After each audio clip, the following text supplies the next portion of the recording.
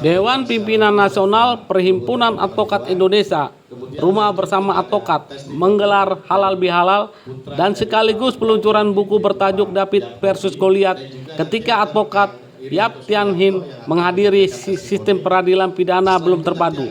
Buku tertulis Ketua Umum DPN Peradi Dr. Luhut MP Pangaribuan, advokat yang juga dosen di Universitas Indonesia. Luhut mengatakan, Peradi RBA sering dikatakan organisasi advokat proletar. Ketika sering disebut organisasi advokat proletar, sementara organisasi advokat sana mungkin kapitalis ya, kata Luhut Pangaribuan. Luhut juga menceritakan kisah perdebatan antara Yap Tian Hin dengan Jenderal TB Simatupang. Pasalnya, Jenderal TB, panggilan TB Simatupang mengatakan negara Pancasila sudah final. Namun Yap mengatakan negara Pancasila harus mengandung unsur hak asasi manusia. Perdebatan itu membuat gebrak meja. Yap memilih diam ketika TB Simatupang menggebrak meja. Sempat saya tanyakan, Pak Yap, kok ketika Pak Sim gebrak meja diam saja? Lalu Yap bilang, jangan dilawan karena Pak Sim sudah operasi jantung, nanti bisa bahaya, kata Pak Yap, seperti yang dikemukakan Luhut Pangaribuan. Bedah buku ini digelar di kantor LMP, Gondang Dia, Jakarta Pusat, Jumat 25 April 2025. Hadir putra Yap Honggi.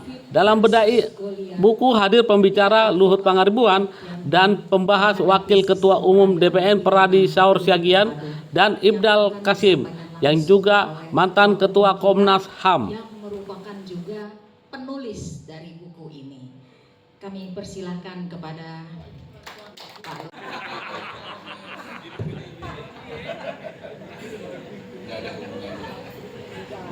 Terima kasih moderator. Assalamualaikum warahmatullahi wabarakatuh. Om Swastiastu, Namo Buddhaya, salam kebajikan, Shalom Aleichem. Shalom Aleichem. Sudah bisa ya kalau tidak? Karena kita kan halal bihalal kan itu jadi agak sedikit religius ya. Jadi salah. Tapi ya sudahlah, kan orang yang menilai kita ini para advokat proletar katanya. Karena Peradi ini ada khususnya untuk Pak Yap Honggi dan Ibu. Peradi itu kan ada 3 utamanya sekarang. Ada Peradi yang kita sekarang ini, ada tetangga kita 2, SAI, ya ketuanya Junifer Girsang. Nah yang ketiga, siapa ketuanya yang ketiga? Yang ketiga yang namanya.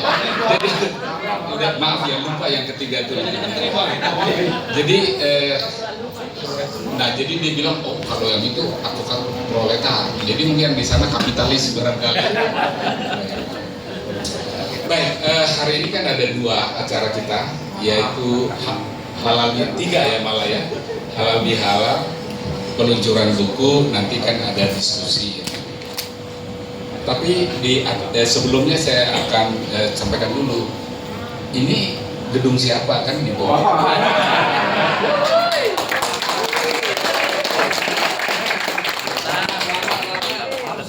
Ya itu yang saya harapkan, selamat itu kan gitu. Ya ini LMPP ya namanya, LMPP ya, itu singkatan dari nama saya. Memang gedung ini saya beli dengan utang Pak. Ya, jadi tolong didoakan supaya saya bisa bayar utang. Dan oleh karena itu ya pada kesempatan ini doanya juga diharapkan kan gitu ya supaya lancar ya. Amin. Ada itu artinya tidak halal bihalal. Ada nggak ini DPC yang tidak damai ini? Ada yang laporan ke saya. Ini Jakarta Utara damai. Damai sejahtera ya. Malang. Tapi kamu bukan pengurus dari Malang, memang advokat dari Malang ya. Jakarta Timur, damai. Ketuanya kemana? Lagi di Korea, Pak Ketum. Oh, kalau di Korea, kalau dia bilang lagi di Bantar Gebang gitu, Pak. Terlaluan di sini ya. Barat ya yang mau dilantik ya, damai ya. Damai. Damai sejahtera ya, aman ya. Nah jujur lah, ada yang nggak damai nggak? Kalau nggak damai artinya dia halal bihalal di sini harus damai ya Saur ya. Iya. Betul nggak Pak Kiai Rizal Damane? bahwa halal bihalal itu kan damai kan gitu. Karena di Arab Saudi sana nggak ada, di Timur Tengah sana kan nggak ada halal bihalal kan. Itu khas Indonesia bukan? Betul. Artinya jangan bertengkar. Pak Sekjen, jangan bertengkar kan itu.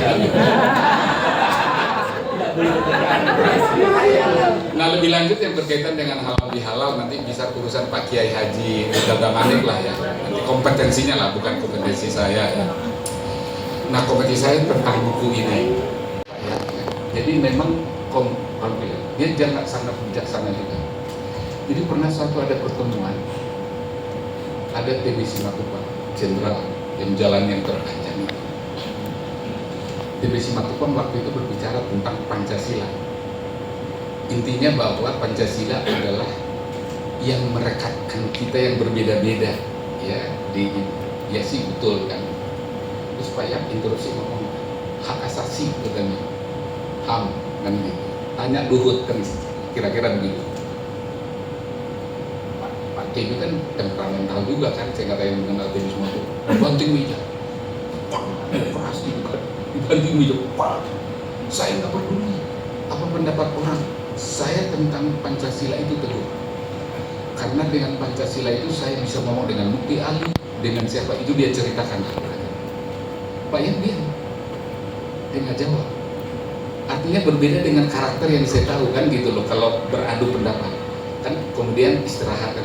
Terus saya dekati Pak Yan. Pak Yan, tadi kenapa nggak jawab lagi Pak TB? Ya, TB Simatupang tadi. Dia lihat saya. Saudara tahu dia sakit jantung katanya Pak TB. Jadi dengan kata lain jangan diajak lagi untuk ini emosi, karena dua emosi itu dibanting itu. Karena saya pernah dengar ya Pak Yap itu ada dulu advokat yang dari Solo ya, di Strak Sumarno ya itu kamu kenal itu ya. Kan dia selalu kalau rapat-rapat itu pokoknya kalau bahasa jadi belum waktunya ngomong kan, saudara diam, belum waktunya begitu kan Pak Yap kan itu lugas kan, tegas pada saat yang sama. Tapi khusus jadi kelihatan wisdomnya karena memang mereka berdua punya latar belakang yang lama karena pendiri UKI kan, baik TB dengan Pak Yap sama-sama pendiri, jadi sudah lama. Jadi artinya dia selalu ingin melayani, berkorban untuk orang lain. Jadi luar biasa. Nah itulah sekitar sekelumit tentang Pak Yap. Pak Yap itu memang ini dari kehidupan sosialnya, kepribadiannya. Ini tentang buku ini secara. Tadi saya ditanya Pak Ronggi juga kenapa saya menuliskan buku ini dan berapa lama.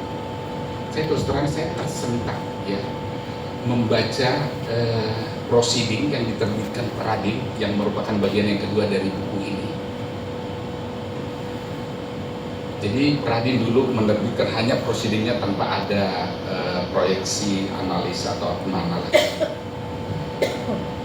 Pertama ya artinya yang berkaitan dengan pribadinya Pak Yap, tapi ada juga yang berkaitan relevan dengan kita sekarang ini. Kalau baca ini proceedingnya ini brutal ya, boleh saya sebutkan kasar.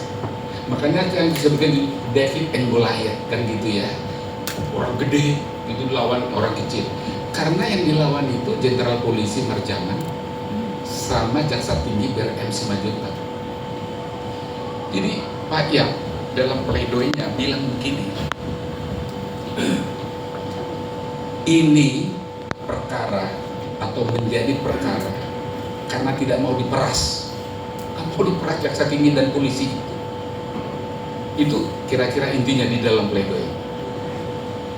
Memang keras ya. Wah, bersatulah polisi, jaksa dan pengadilan. Seperti lihat nanti dalam, jadi bersatu. Saya katakan di situ bersatu. Dan bagaimana nanti respon saya. Jadi di pengadilan ditanya, betulkah kamu ngomong begitu? Kan ada 8 poin itu ya. Betul. Kamu dengan sadar mengatakan sadar. Apakah Anda nggak takut bahwa kalau terbukti mencemarkan nama baik pejabat, hukumannya bisa diperberat dan izinnya bisa dicabut advokatnya?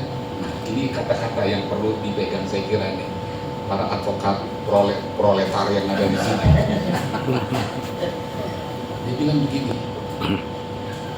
untuk apa saya menjadi seorang juris kalau hanya saya memberikan diri saya sendiri? Apakah Anda nggak tahu penyelewengan itu bahasanya? Ini sudah kewalahan ini pemerintah nih. Jadi artinya kayak anti korupsi yang sekarang ini. Jadi saya sebagai juris harus terpanggil untuk itu. Jadi Anda nggak takut dengan itu urusan mereka kan? Saya kira itu luar biasa, ya luar biasa. Jadi kalau lihat sidangnya itu hakim ketua pengadilan hakim tunggal ya, itu sangat berpihak kepada jaksa. Jadi makanya saya bilang dia lawan, makanya itulah Goliat yang saya gambarkan dengan Goliat ya. Jadi polisi, jaksa dan juri faktika sampai di pengadilan tinggi dia dinyatakan bersalah dan dihukum. Tapi di Mahkamah Agung kemudian dibebaskan. Waktu itu ketuanya Profesor Subekti di Mahkamah Agung, dia mengatakan begini. Nah ini juga itu menjadi jurisprudensi tetap. Nah itu yang saya kira mengilhami pasal di Undang-Undang Advokat sekarang ini, bahwa advokat tidak bisa punya imunitas lah ya ketika dalam rangka pembelaan perkara. Itu ada pertimbangannya di situ. Jadi artinya 49 ya dasar pembenar ya dalam hukum pidana. Jadi dalam rangka membela diri ya, kita boleh melakukan perbuatan ya. Bahkan kalau itu proporsional, membunuh orang pun bisa kita lakukan kan, begitu kan? Itu faktor pemaaf ya atau ini faktor pembenar ya yang disebutkan di dalam KUHP. Jadi sudah dilimpahkan. Kan dia bilang, kalau itu kan untuk untuk klienmu, bukan kita udah nyatu karena sudah dilimpahkan, jadi kita itu sudah satu. Itulah kira-kira dasarnya di dalam. Nah, tambahan lagi yang saya kira mungkin perlu mendapat perhatian kita, yang saya sedih dan juga tersentak sehingga saya menyiapkan buku ini adalah dalam putusannya Ketua Majelis itu mengutip ya pengarahan dari Ketua Mahkamah Agung pada waktu itu, Profesor Dr. Wiryono Projodikoro. Nah ini buat kita ini perlu jadi refleksi ini ya, sebagai advokat yang membela perkara di pengadilan. Jadi dalam pertimbangan itu disebut eksplisit ya, merujuk pada ini berkaitan dengan pledoinya para advokat, merujuk pada pengarahan ya, dari Ketua Mahkamah Agung bahwa pledoi para advokat itu ya, yang mengutip banyak teori-teori ya, berbahasa Inggris, berbahasa Belanda lah barangkali gitu. Kamu kan suka mengutip juga kan itu kan, nah, itu kan di dalam itu ya. Artinya argumentasi kan, itu doktrin kan itu. Ah itu gagah-gagahan aja itu. Itu menutupi kelemahannya. Gak usah didengarkan lah kira-kira. Saya tersentak juga melihat ini. Jadi artinya yang kita hadapi sekarang ini sudah terinternalisasi ya, atau jadi budaya kan. Jadi kan artinya kita seperti dianggap outsider. Dalam di pengadilan kan begitu yang terjadi kan. Kan sudah belum. Udahlah kamu jangan banyak nanya lagi, aku udah ngerti kan begitu. Betul nggak Pak Gerit gitu yang ngomong begitu ya. Jadi rupanya itu kontekstual. Nah itu saya sebutkan sebagai budaya hukum, ini harus direformulasi, saya menggunakan begitu. Ini harus direkonstruksi kembali budaya, kalau itu menjadi budaya hukum, ya harus dikembalikan kepada jalan yang benar. Karena kita sebenarnya adalah sama-sama menjalankan kekuasaan kehakiman. Ya, utamanya yudikatif itu oleh hakim, tapi tetap fungsi yang berkaitan dengan kekuasaan kehakiman. Dan undang-undang mengatakan kita harus terpadu, yang sampai sekarang belum terjadi. Nah itulah yang saya proyeksikan dalam buku ini. Jangan lupa peradilan kita harus bangun secara terpadu ya, kita terpadu. Kalau tidak, budaya yang negatif ini nanti akan tetap mendominasi peradilan kita, akhirnya tidak berjalan secara sistemik. Yang terjadi adalah akhirnya seperti air mencari jalannya sendiri, antara lain orang menyuap akhirnya masuk penjara, tergelincir dia. Jadi dengan kata lain, belum tentu sebenarnya orang menyuap itu karena memang dia jahat, ingin menyuap. Tapi nggak ada lagi jalan lain. ya karena semua pintu tertutup. Nah itu harus juga dilihat dengan konteks begitu ya, walaupun kita tidak membenarkan itu ya dengan cara yang begitu, tapi kalau lihat kausalitasnya bisa terjadi itu adalah respons ya atas satu sebab kan begitu ya.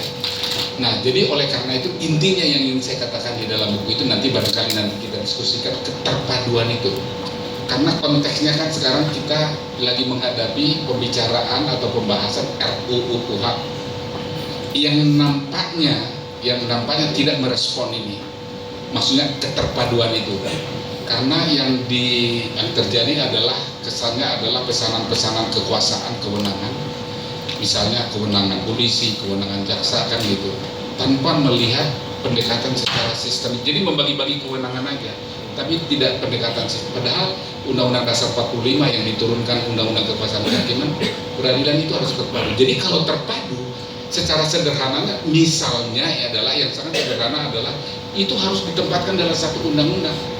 Semua kewenangan itu harus dalam undang-undang. Nah istilah yang sekarang itu disebut omnibus law kan gitu. Jadi omnibus law tentang cipta keadilan.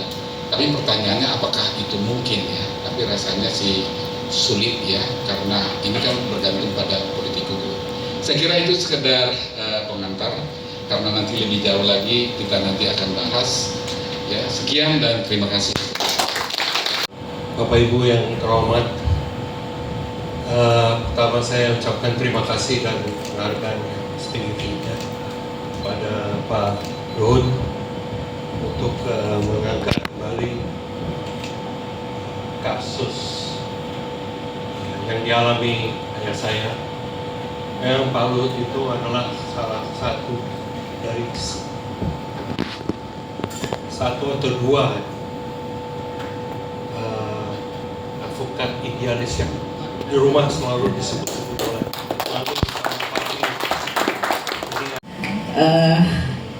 Mas Yer ini selalu juga berhubungan dengan Pak Yap Tiampin ketika masa hidup. Menyampaikan testimoni untuk orang yang dikagumi gitu kan. Terus terang ada banyak hal yang dipelajari dari Pak Yap. Kebetulan saya sama Tuan Sutu sahabatan waktu di LBH, dan kita nggak terlalu lama juga ininya Pak bergaul nggak selama dengan Bang Buyu. Tapi walaupun sebentar, yang saya bisa pelajari dari Bang Buyu antara lain kesederhanaannya, kebersahajaannya. Jadi ciri khas Pak Yap itu antara lain baju putih, tangan pendek, nggak pernah pakai jas, jarang-jarang. Jadi nggak ada kelihatan kemewahan di diri beliau. Jangankan batu berlian, ya batu akik saja nggak punya dia. Jadi dia nggak pakai perhiasan-perhiasan, nggak ada apa ya kesan mewah. Yang ada bersahaja, sederhana. Cuma saya kecoret. Kejadiannya begini, ketika Pak Yap meninggal, kebetulan saya ke bagian tugas mengangkat petinya. Iya, di hanggar ya, dari hanggar. Nah, sampailah ke rumah kan, sampai rumah kaget, buset rumahnya disimpruk. Saya kan lihatnya tahunya sederhana, ya kan? Iya, Bang Ketul, dan rumahnya gede disimpruk. Satu, besoknya kita datang lagi kan? Iya, besok lagi datang lagi kan? Anaknya belum datang. Kemana? Dari luar negeri. Kecelek lagi gua. Yang saya mau katakan dari penampilan sederhana itu nggak berarti kita nggak mampu. Kita memang pengen tampil sederhana. Ya. Dan yang lebih saya ambil lagi pelajaran bahwa dengan kerja benar kita nggak perlu takut miskin. Itu pelajarannya. Dengan kita kerja benar aja, nggak usah takut miskin. Saya coba dari Pak Yap. Jadi untuk apa mesti nyuap-nyuap, mesti korupsi? Kita kerja benar bisa kaya. Gitu, ya? Bang Luhut gitu loh tubuhnya. Jangan masuk langsung. Itu di ujung dong. Nggak sabar. Itu pelajaran yang pertama saya dapat dari Pak Yap. Kemudian selain kesederhanaannya, dan betul Bang Luhut, dia berpikirnya lugas. Jadi satu kali kita sempat ngobrol-ngobrol di ruangan Adam Malik, ya ada Pak Karjo, ada Bu Amartiwi. Nah, Pak Karjo kebetulan lagi batuk. Pak Karjo ini perokok berat, ya. Sama. Dia batuk, nggak ngerokok, makan permen. Jadi lebih banyak makan permen. Akhirnya dia komplain. Pak Karjo ngomong itu, aduh, ini gara-gara berhenti ngerokok jadi makan permen dulu nih, baru buka satu. Nah, Pak Ayam bilang apa?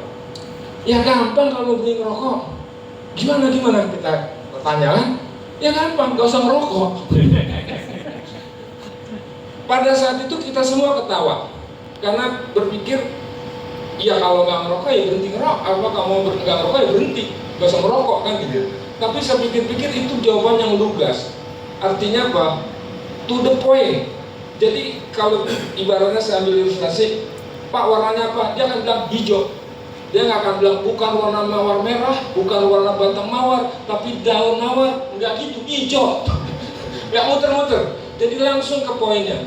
Nah, karena langsung ke poinnya inilah dia punya masalah. Akhirnya dari kasus yang kita sama-sama sering baca, kasus pencemaran nama baik. Nah, dari situ saya juga belajar dari Pak Ayapnya apa? Bahwa benar ya benar, cuman cara juga mesti diatur. Kira-kira gitu. Ya, walaupun kita menyampaikan hal yang benar, tapi cara juga mempengaruhi. Itu pelajarannya. Yang saya bisa ambil dari kasus itu. Tadi apa ya? Targetnya tepat dulu. Bukan lupa, poinnya takut hilang.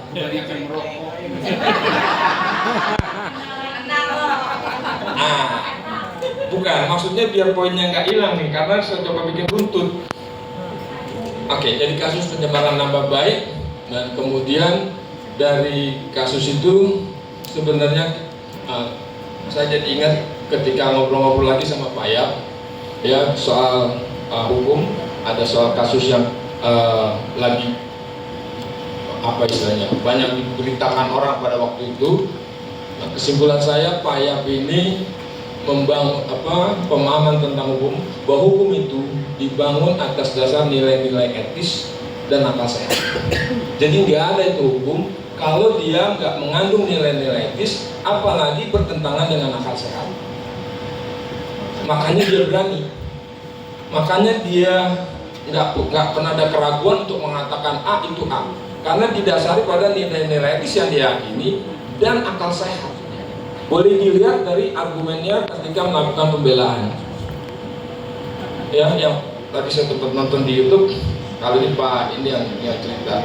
Jadi ketika diadili, Pak Ayap nanya ke hakimnya, ini pelapornya dipanggil nggak? Udah pernah ditanya nggak apa dia punya nama baik? Kan keren tuh. Ya kan keren.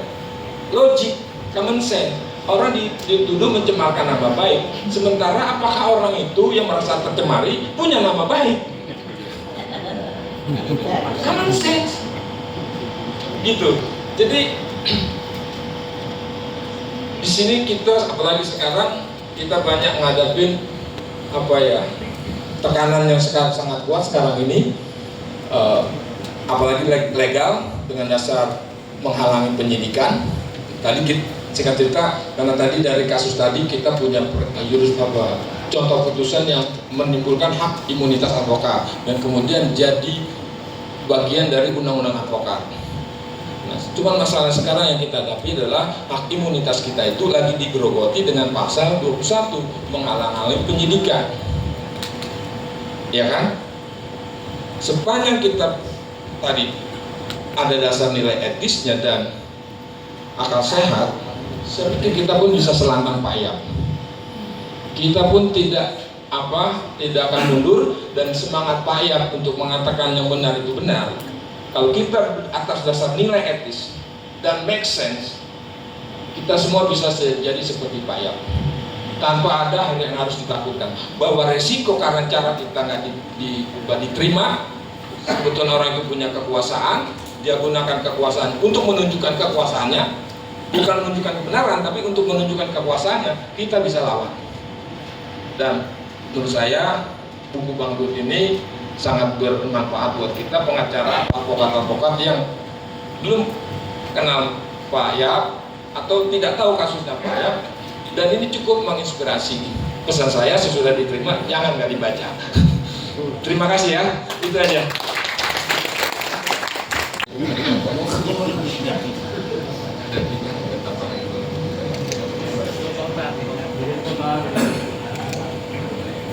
Tugas dokumentasi bisa diabadikan. Dibuka bang, biar kelihatan judulnya. Dibuka. Nah, gitu. Iya.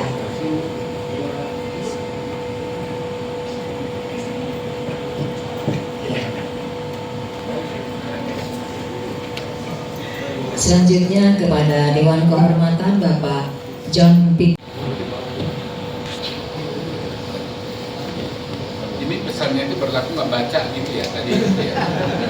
Dikasih kan Kasih harus dibaca ya. baca. dua set apa? Bukan, ini ada 3. Oh enggak, bukan 3 buku. Nanti kita tidak. Kebanyakan. Santai. Jadi tes, nanti ada ujiannya. Yang ngomong itu Irianto bukan saya. Dan kepada Sekjen Dr. Imam Hidayat SHMH kami persilakan.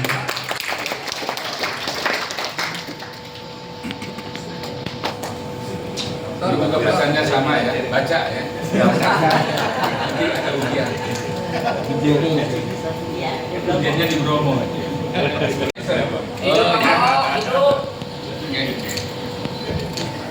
Berikutnya kepada Ketua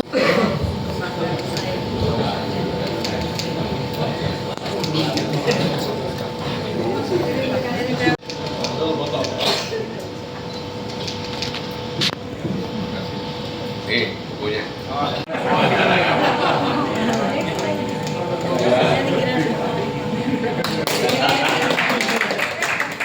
selanjutnya kepada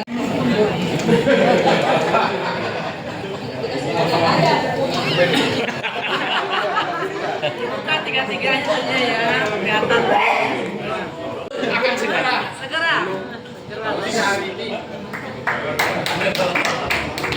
Ini